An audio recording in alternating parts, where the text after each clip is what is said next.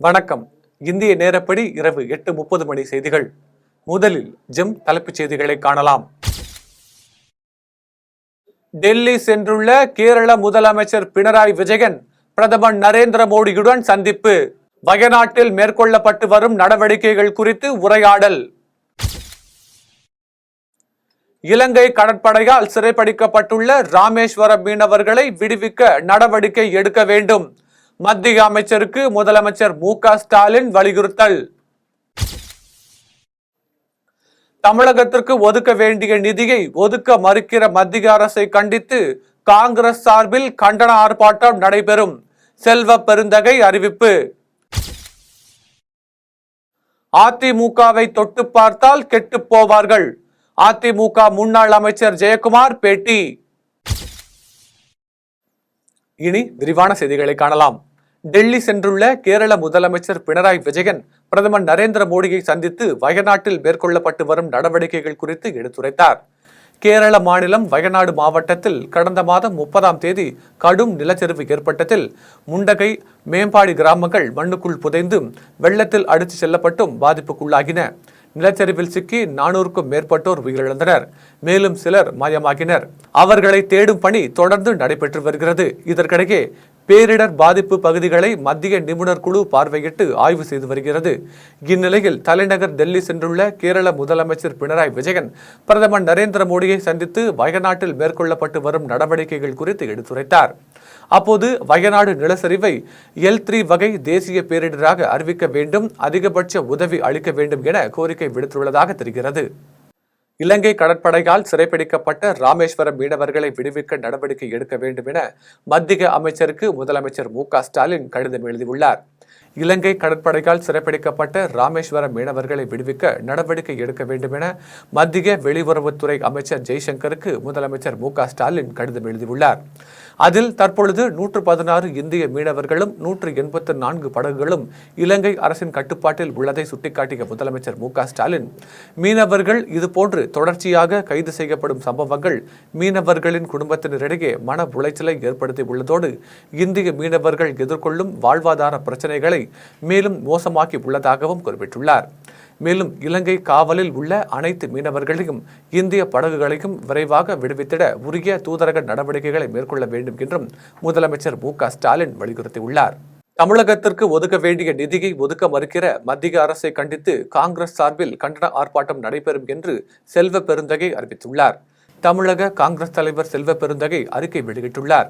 அதில் மத்திய அரசு மாநிலங்களுக்கு இடையே திணித்த புதிய கல்விக் கொள்கையை ஏற்றுக்கொள்ளாத மாநிலங்களுக்கு நிதி வழங்க மறுத்து வருகிறது என்றும், புதிய கல்விக் கொள்கையை ஏற்றுக்கொள்ளவில்லை என்ற ஒரே காரணத்திற்காக தமிழ்நாடு வஞ்சிக்கப்பட்டு வருகிறது என்றும், இதை தமிழ்நாடு காங்கிரஸ் சார்பில் வன்மையாக கண்டிக்கிறேன் என்றும் செல்வ பெருந்தகை தெரிவித்துள்ளார்.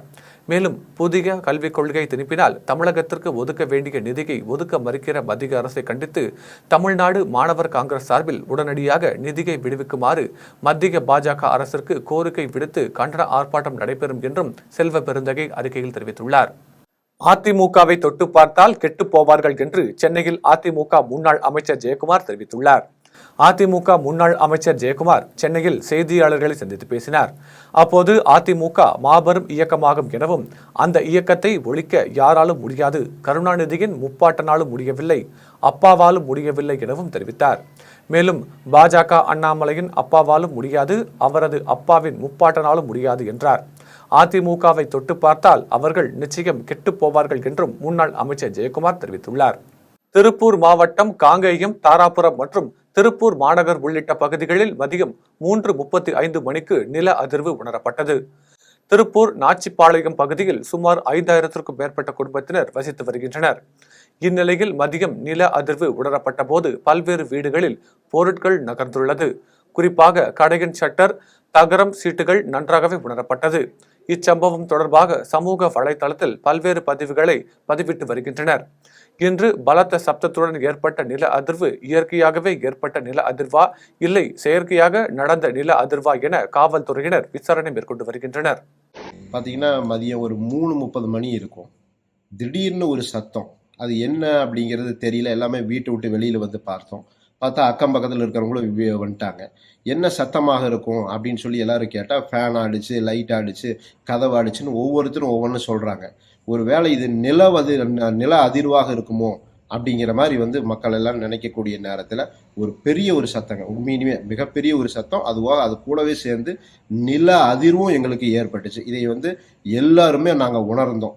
வந்தேன்னா அப்போ நோட்டு புக்கெலாம் வாங்க வந்தேங்க. பின்னாடி வந்து கண்ணாடி அதிர சவுண்டு கேட்டு பலத்தமாக ஏதோ ஆக்சிடென்ட் ஆயிடுச்சு வெளியே போய் பார்த்தா அந்த மாதிரிலாம் ஒன்றும் இல்லைனா கண்ணாடி இரும்பு நல்லா அதிர மாதிரி சவுண்டு கேட்டுதுங்க. உளுந்தூர்பேட்டை பகுதியில் விநாயகர் சதுர்த்தி விழா அமைதியாக நடத்துவது குறித்து முத்தரப்பு பேச்சுவார்த்தை உளுந்தூர்பேட்டை காவல் நிலையத்தில் நடைபெற்றது. நாடு முழுவதும் செப்டம்பர் 6ஆம் தேதி விநாயகர் சதுர்த்தி விழா கோலாகலமாக கொண்டாடப்படுகிறது. இதையொட்டி கள்ளக்குறிச்சி மாவட்டம் உளுந்தூர்பேட்டை காவல் நிலையத்தில் காவல் ஆய்வாளர் வீரமணி தலைமையில் ஆலோசனை கூட்டம் நடைபெற்றது. கூட்டத்தில் உளுந்தூர்பேட்டை, எடைக்கல், எலவனாசூர்பேட்டை உள்ளிட்ட பகுதிகளைச் சேர்ந்த 100க்கும் மேற்பட்டோர் கலந்து கொண்டனர். கூட்டத்தில் விநாயகர் சிலை வழிபாடு செய்யும் போது மத ரீதியான பிரச்சனைகள் ஏற்படாத வகையில் அமைதியாகவும் சுமூகமாகவும் நடத்த வேண்டும் எனவும், விநாயகர் சிலை ஊர்வலத்தின் போது வழிபாட்டு தலங்கள் இருக்கும் இடங்களில் மேளதாளம் அடிப்பது, வண்ண பொடிகள் தூவுவது, ஆரவாரம் செய்வதை தவிர்த்து அமைதியான முறையில் ஊர்வலத்தை நடத்த வேண்டும்.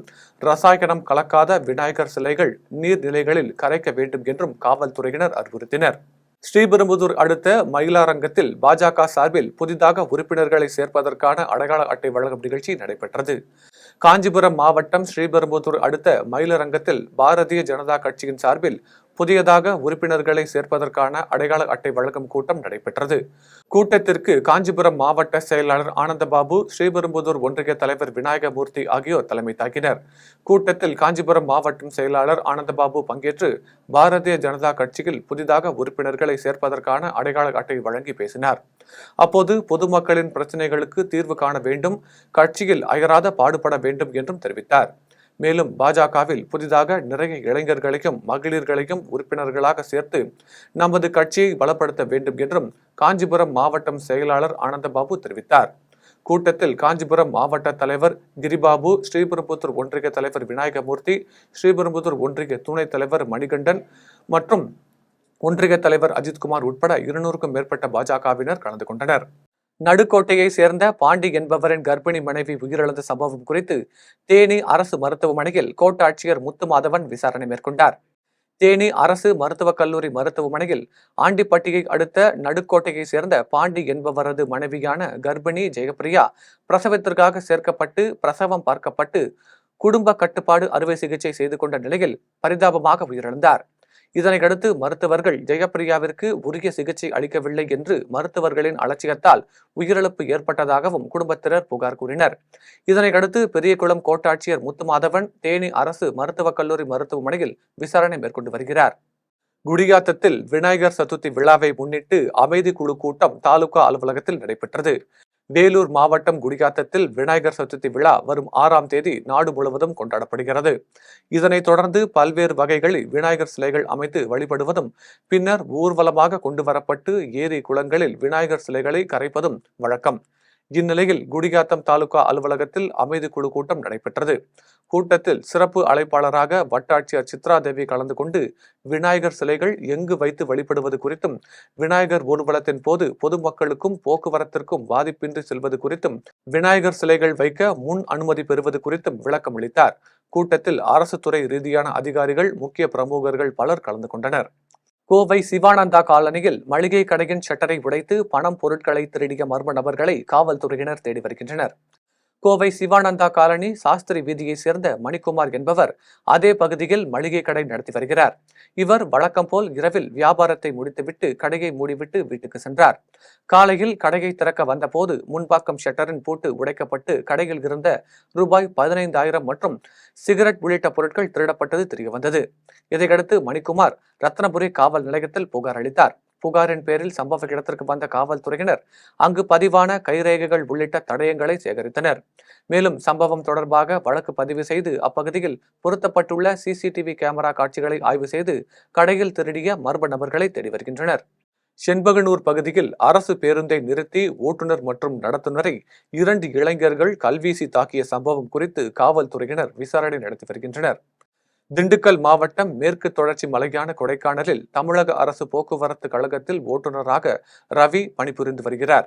இவர் புதுக்கோட்டையில் இருந்து கொடைக்கானலுக்கு அரசு பேருந்தை ஓட்டி வரும்போது மதுரையை சேர்ந்த ஷேக் முகமது ஃபாஷிக் ஆகியோர் இருசக்கர வாகனத்தில் பின்தொடர்ந்து வந்தனர். செண்பகனூர் பகுதியில் வந்தபோது பேருந்தை நிறுத்தி, உனக்கு ஒழுங்கா வாகனம் ஓட்ட தெரியாதா என ரவியை தகாத வார்த்தையில் பேசியதுடன் திருப்பதி பேருந்து நடத்துனரையும் கற்களால் வீசி தாக்கினர். இதில் இருவருக்கும் காயமடைந்து கொடைக்கானல் அரசு மருத்துவமனையில் அனுமதிக்கப்பட்டு சிகிச்சை பெற்று வருகின்றனர். இந்நிலையில் இந்த சம்பவம் அறிந்த கொடைக்கானல் காவல் ஆய்வாளர் பாஸ்கரன் தலைமையில் சார்பு ஆய்வாளர் நீலமேகம் வழக்கு பதிவு செய்து விசாரணை மேற்கொண்டு வருகிறார். இதனால் அப்பகுதியில் பரபரப்பு ஏற்பட்டது. தமிழ் புலிகள் கட்சியின் தலைவர் நாகை திருவள்ளுவனின் கொலை செய்ய சதித்திட்டம் தீட்டப்பட்ட சம்பவம் தொடர்பாக சென்னை டிஜிபி அலுவலகத்தில் தமிழ் புலிகள் கட்சியின் பொதுச் செயலாளர் பேரறிவாளன் உள்ளிட்டோர் புகார் மனு அளித்தனர். தமிழ் புலிகள் கட்சியின் தலைவர் நாகை திருவள்ளுவனை கொலை செய்ய சதித்திட்டம் தீட்டப்பட்டுள்ளது. இந்த சம்பவம் தொடர்பாக நடவடிக்கை எடுக்க வேண்டும் என வலியுறுத்தி சென்னை டிஜிபி அலுவலகத்தில் தமிழ்நாடு காவல்துறை தலைவர் சங்கர் ஜீவாவை சந்தித்து தமிழ் புலிகள் கட்சியின் பொதுச் செயலாளர் பேரறிவாளன் உள்ளிட்டோர் புகார் மனு அளித்தனர். மனு அளித்த பின் கட்சியின் செய்தி தொடர்பாளர் முத்துக்குமார் செய்தியாளர்களை சந்தித்து பேசினார். அப்போது அருந்ததியர் மக்களுக்கு எதிராக செயல்பட்டு வரும் நாம் தமிழர் சீமான் மீது நடவடிக்கை எடுக்க வேண்டும் என வலியுறுத்தி ஏற்கனவே புகார் அளிக்கப்பட்டிருக்கிறது என்றும், இப்படிப்பட்ட சூழலில்தான் நாகை திருவள்ளுவனை கொலை செய்யும் நோக்கில் சதி திட்டம் தீட்டப்பட்டிருக்கிறது என்றும், நாகை திருவள்ளுவனை கொலை செய்யும் நோக்கில் வாட்ஸ்அப் உரையாடலையும் புகார் மனுவுடன் இணைத்து டிஜிபியிடம் அளித்துள்ளதாக கட்சியின் செய்தி தொடர்பாளர் முத்துக்குமார் தெரிவித்துள்ளார். அருந்ததியர் மக்களுடைய நலன்களுக்கு எதிராக தொடர்ச்சியாக இங்கே பட்டியல மக்களாக இருக்கக்கூடிய பிற பட்டியல மக்களை தூண்டிவிடும் விதமாக தொடர்ச்சியாக சீமான் நாம் தமிழர் கட்சியை சேர்ந்த சீமான் அவர்கள் தொடர்ச்சியாக தமிழ் புலிகள் கட்சியை சேர்ந்தவர்களுக்கும் நாகை திருவள்ளுவன் அவர்களையும் தொடர்ச்சியாக மிரட்டும் விதமாக அவருடைய கட்சி தொண்டர்கள் சமூக ஊடகங்களில் சில செய்திகளை பரப்பவிட்டுக் கொண்டிருக்கிறார்கள். இப்போது என்ன நடந்து கொண்டிருக்கிறது என்று சொன்னால், சமீபத்தில் ரகசியமாக வாட்ஸ்அப் உரையாடலில் நாகை திருவள்ளுவனை போட்டு தள்ள வேண்டும், அதற்கு பிஸ்டல் வாங்க வேண்டும், அதற்கு கொஞ்சம் பணம் தேவைப்படுகிறது, நீங்கள் சீமானிடம் கேட்டு சொல்லுங்கள், கொலையை நான் செய்கிறேன், வழக்கு வாங்குவதற்கு வேறு ஆட்கள் இருக்கிறார்கள் அல்லது ஹிந்திக்காரர்களை பயன்படுத்துவோம் என்று சொல்லி நாம் தமிழர் கட்சியை சேர்ந்த தேவா என்பவர் சீமானிடம் கேட்டு சொல்லுங்கள் என்று சொல்லி ஒரு உரையாடல் இங்கே ரகசியமாக கசிந்திருக்கிறது. அண்ணாமலையை நேரில் சந்தித்தால் ஆறத் தழுவுகிறார், ஆனால் எங்களை நேரில் பார்த்தால் சிறிய மரியாதை கூட அளிப்பதை ஒரு நாளும் பார்த்ததில்லை என்று மே 17 இயக்க ஒருங்கிணைப்பாளர் திருமுருகன் காந்தி தெரிவித்துள்ளார். தமிழ் புலிகள் கட்சியின் தலைவரும் முன்னணி அம்பேத்கரிய செயல்பாட்டாளருமாகிய நாகை திருவள்ளுவனை படுகொலை செய்வதற்கு கூலிப்படையினருக்கு அரசியல் கட்சியினரும் முயன்றதாக தகவல்கள் கசிந்துள்ளது.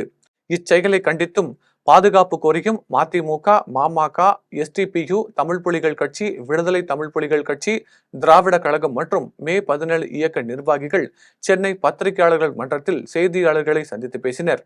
இதில் தமிழ் புலிகள் கட்சியின் முதன்மை செயலாளர் முகிலரசன் பேசினார். அப்போது பகுஜன் சமாஜ் கட்சியின் மாநில தலைவர் ஆம்ஸ்டாங் கொலை செய்யப்பட்ட சம்பவத்தில் இருந்து மீளவே முடியாத நிலையில் தற்போது தமிழ் புலிகள் கட்சி தலைவர் நாகை திருவள்ளுவனுக்கு கொலை மிரட்டல் வந்திருப்பது அதிர்ச்சி அளிக்கிறது என்றும், எனவே தமிழ்நாடு காவல்துறை உடனடியாக நடவடிக்கை எடுக்க வேண்டும் என்றும் முகிலரசன் தெரிவித்தார். அவரை தொடர்ந்து மே 17 இயக்க ஒருங்கிணைப்பாளர் திருமுருகன் காந்தி பேசினார். அப்போது அண்ணாமலையை நேரில் சந்தித்தால் ஆறத் தழுவுகிறார், ஆனால் எங்களை நேரில் பார்த்தால் சிறிய மரியாதை கூட அளிப்பதை ஒரு நாளும் பார்த்ததில்லை என்றும் மே 17 இயக்க ஒருங்கிணைப்பாளர் திருமுருகன் காந்தி தெரிவித்துள்ளார். அந்த வாட்ஸ்அப்ல தட்டச்சு பண்ணி பகிரப்பட்டிருக்கிற செய்தி, அதுல சொல்லப்பட்டிருக்கிற செய்தி அண்ணன்ட்ட கேளுங்க அப்படின்னு சொல்றாங்க. அது சீமான் அண்ணன் வருது. நாங்க ஏன் சொல்றோம், அவங்க பேசிக்கிறது இல்லை. இந்த குற்றச்சாட்டு ஏன் ஒரு கட்சி மேலையும் ஒருத்தர் மேலையும் வருது அப்படின்னா, அந்த கட்சி மேல வருதுன்னா அந்த கட்சியினுடைய கடந்த கால நடவடிக்கைகளை இப்ப நாம சீர்தூக்கி பார்க்க வேண்டிய அவசியம் இருக்குது.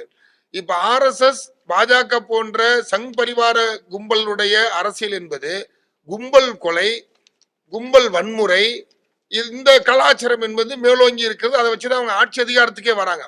அப்படி இருக்கக்கூடிய அதே தன்மையை ஒற்றி, அந்த அரசியலை ஒற்றி இயங்கக்கூடிய இயக்கமாக இன்றைக்கு நாம் தமிழர் கட்சியும் சுயசாதி பெருமையும் பேசக்கூடிய இயக்கமா இருக்கிறதுனால, சுயசாதி பெருமை என்றாலே அது சாதி ஆதிக்கத்தை வெளிப்படுத்தக்கூடியதா இருக்கு. அப்போ பட்டியல் சமூகத்துல கடைநிலையில கீழே இருக்கக்கூடிய சாதாரண ஏழை எளிய மக்களுக்காக, ஒடுக்கப்பட்டிருக்க மக்களுக்காக, சமூக நீதிக்காக, மனித உரிமைக்காக போராடுகிற ஒரு இயக்கமோ இயக்கத்தினுடைய தலைவர் மீதோ வெறுப்போ வன்மமோ இயற்கையாவே அவங்களுக்கு வரக்கூடிய வாய்ப்பு இருக்குது. ஸ்ரீபெரும்புதூரில் பாட்டாளி மக்கள் கட்சி சார்பில் தலைவர், செயலாளர், மகளிரணி செயலாளர் உள்ளிட்ட பதவிகளுக்கான விருப்ப மனு அளிக்கும் கூட்டம் நடைபெற்றது. காஞ்சிபுரம் மாவட்டம் ஸ்ரீபெரும்புதூரில் உள்ள தனியார் மண்டபம் ஒன்றில் பாட்டாளி மக்கள் கட்சி சார்பில் காஞ்சிபுரம் கிழக்கு மாவட்ட ஸ்ரீபெரும்புதூர் மற்றும் ஆலந்தூர் சட்டமன்ற தொகுதியை சேர்ந்தவர்களிடமிருந்து தலைவர், செயலாளர், மகளிரணி செயலாளர் ஆகிய பதவிகளுக்கான விருப்ப மனு பெறும் கூட்டம் நடைபெற்றது.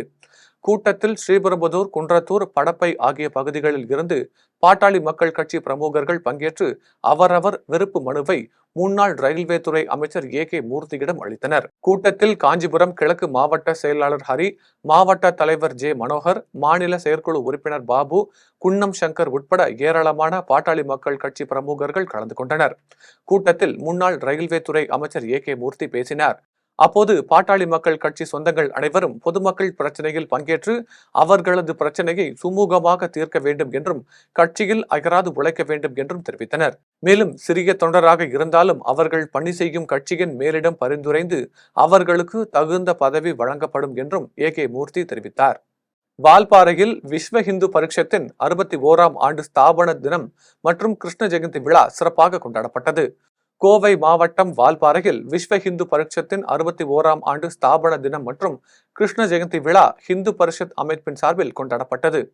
விழாவில் முன்னதாக வால்பாறை ஸ்ரீ சுப்பிரமணிய சுவாமி திருக்கோவிலில் இருந்து சென்ற ஊர்வலத்தில் ஸ்ரீ கிருஷ்ணர் வேடமிட்ட மழலையர்கள் பங்கேற்றனர். அதையடுத்து ஸ்ரீ சுப்பிரமணிய சுவாமி திருக்கோவிலில் கோபியர் கொஞ்சும் ரமணனான ஸ்ரீ கிருஷ்ணருக்கு சிறப்பு வழிபாடு செய்யப்பட்டு பல்வேறு கலை நிகழ்ச்சிகள் நடைபெற்றது. விழாவிற்கான ஏற்பாடுகளை தலைவர் நாகராஜ், மாவட்ட துணைத் தலைவர் சுரேஷ், ஒன்றிய செயலாளர் குட்டான் ஆகியோர் செய்திருந்தனர். இந்நிலையில் கலை நிகழ்ச்சிகளில் கலந்து கொண்ட மழலையர்களுக்கு இனிப்புகளுடன் சிறப்பு பரிசுகள் வழங்கப்பட்டது. விழாவை சிறப்பித்த அனைவருக்கும் அன்னதானம் வழங்கப்பட்டது. ஒரு தேர்தலில் தோல்வி வந்தால் அடுத்து மாபெரும் வெற்றி பெறும், இதுதான் சரித்திரம் என்று வால்பாறையில் நடைபெற்ற செயற் வீரர்கள் கூட்டத்தில் முன்னாள் அமைச்சர் எஸ்.பி. வேலுமணி தெரிவித்தார். கோவை மாவட்டம் வால்பாறையில் அதிமுகவின் செயல் வீரர்கள் கூட்டம் மற்றும் கட்சியின் உறுப்பினர் அட்டை வழங்கும் நிகழ்ச்சி நகர செயலாளர்கள் மயில் கணேசன் தலைமையிலும் வால்பாறை சட்டமன்ற உறுப்பினர் அமலு கந்தசாமி முன்னிலையிலும் நடைபெற்றது. நிகழ்ச்சியில் மாவட்ட, நகர அதிமுக நிர்வாகிகளும் உறுப்பினர்களும் தொண்டர்களும் திரளாக கலந்து கொண்டு சிறப்பித்தனர். நிகழ்ச்சியில் பங்கேற்றவர்களை தோட்ட தொழிலாளர்கள் பிரிவு மாநில தலைவர் அமீது அனைவரையும் வரவேற்றார். நிகழ்ச்சியில் கோவை தெற்கு மாவட்ட செயலாளரும் சட்டமன்ற எதிர்க்கட்சி தலைவருமான எஸ்.பி. வேலுமணி சிறப்பு அழைப்பாளராக கலந்து கொண்டு அதிமுக தொண்டர்களுக்கு உறுப்பினர் அடையாள அட்டைகளை வழங்கி சிறப்பித்தார். செயல் வீரர்கள் கூட்டத்தில் எஸ்.பி. வேலுமணி பேசினார். அப்போது 31 ஆண்டு கால அதிமுக ஆட்சி காலத்தில் அதிகப்படியான வளர்ச்சி பணிகளை செய்து சாதனை படைத்துள்ளதாகவும் அதிலும் வால்பாறை பகுதியில் அனைத்து வளர்ச்சி பணிகளையும் எடப்பாடி பழனிசாமி தலைமையிலான அரசு மட்டும்தான் செய்துள்ளது, திமுக அரசு எதுவும் செய்யவில்லை என்றும் எஸ்.பி. வேலுமணி தெரிவித்தார். கந்தர்வக்கோட்டை அடுத்த மங்கனூர் கிராமத்தில் உள்ள கூலி தொழிலாளியின் குடிசை வீடு மின் கசிவால் தீப்பிடித்து எரிந்ததில் குடும்ப அட்டை உள்ளிட்ட முக்கிய ஆவணங்களும் வீட்டு உபயோகப் பொருட்களும் தீயில் கருகிய நிலையில் உதவிக்கரம் நீட்ட வேண்டும் என அப்பகுதியினர் அரசிற்கு கோரிக்கை விடுத்துள்ளனர். ராமநாதபுரம் மாவட்டம் ஓரியூர் பகுதியை சேர்ந்த அருளானந்தன் என்பவர் மனைவி மேரி, மகன் சதீஷ் ஆகிய மூவரும் மங்கனூர் கிராமத்தில் தஞ்சமடைந்து சேலை உள்ளிட்ட துணிகளை கிராமமாக சென்று விற்பனை செய்து வந்தனர். இவர்களுக்கு அதே கிராமத்தை சேர்ந்த தனிநபர் ஒருவர் தனது இடத்தில் கூரை வீடு கட்டிக் கொடுத்து மின் இணைப்பு பெற்றுத் தந்துள்ளார். கூரை வீட்டில் குடியிருந்து வரும் அருளானந்தம் குடும்பத்தினர் வழக்கம் போல் வெளியூர்களுக்கு துணி வியாபாரம் செய்ய சென்று விட்டனர். இரவு நேரத்தில் குடிசை வீடு மின் கசிவால் தீப்பிடித்து இருந்தது. இதனை அறிந்த அப்பகுதியினர் தீயணைப்பு நிலையத்திற்கு அளித்த தகவலின் பேரில் சம்பவ இடத்திற்கு வந்த கந்தர்வக்கோட்டை தீயணைப்பு வீரர்கள் தண்ணீரை பீச்சி எடுத்து தீயை அணைத்தனர். இருப்பினும் தீ விபத்தில் அருளானந்தத்தின் குடும்ப அட்டை, ஆதார் அட்டை, பேங்க் பாஸ்புக், அவரின் மகன் சதீஷ் கல்வி சான்றிதழ்கள், இருசக்கர வாகனம் மற்றும் பல்லாயிரம் மதிப்புள்ள வீட்டு உபயோக பொருட்கள் அனைத்தும் தீயில் எரிந்து நாசமானது. இதனால் செய்வதறியாமல் தவிக்கும் அருளானந்தம் குடும்பத்தினர் தங்களது வாழ்வாதாரம் காக்கப்பட தமிழ்நாடு அரசு உதவிக்கரம் நீட்ட வேண்டும் என்று கோரிக்கை விடுத்துள்ள நிலையில் கூலி தொழிலாளியின் குடும்பத்தினருக்கும் தேவையான உதவிகளை செய்ய அரசு முன்வர வேண்டும் என அப்பகுதி மக்கள் கோரிக்கை விடுத்துள்ளனர். குடியாத்தம் அடுத்த எஸ்மோட்டூர் பகுதியில் பொதுமக்கள் சேற்றை வாரி வீசியும் ஒருவர் மீது ஒருவர் சேற்றை உடலில் பூசியும் கிருஷ்ண ஜெயந்தி விழாவை கோலாகலமாக கொண்டாடினர்.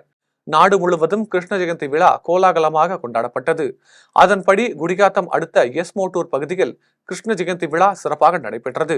முன்னதாக மூலவர் கிருஷ்ணர் மற்றும் உற்சவர் கிருஷ்ணமூர்த்திக்கு சிறப்பு அபிஷேக அலங்காரங்கள் செய்யப்பட்டு சிறப்பு பூஜைகள் நடைபெற்றது.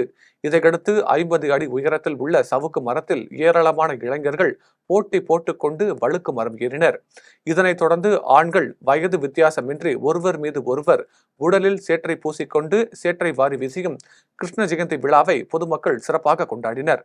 விழாவில் கோகுலம் மற்றும் கட்சி நிர்வாகிகள் மற்றும் ஊர் பொதுமக்கள் என ஏராளமானோர் கலந்து கொண்டனர்.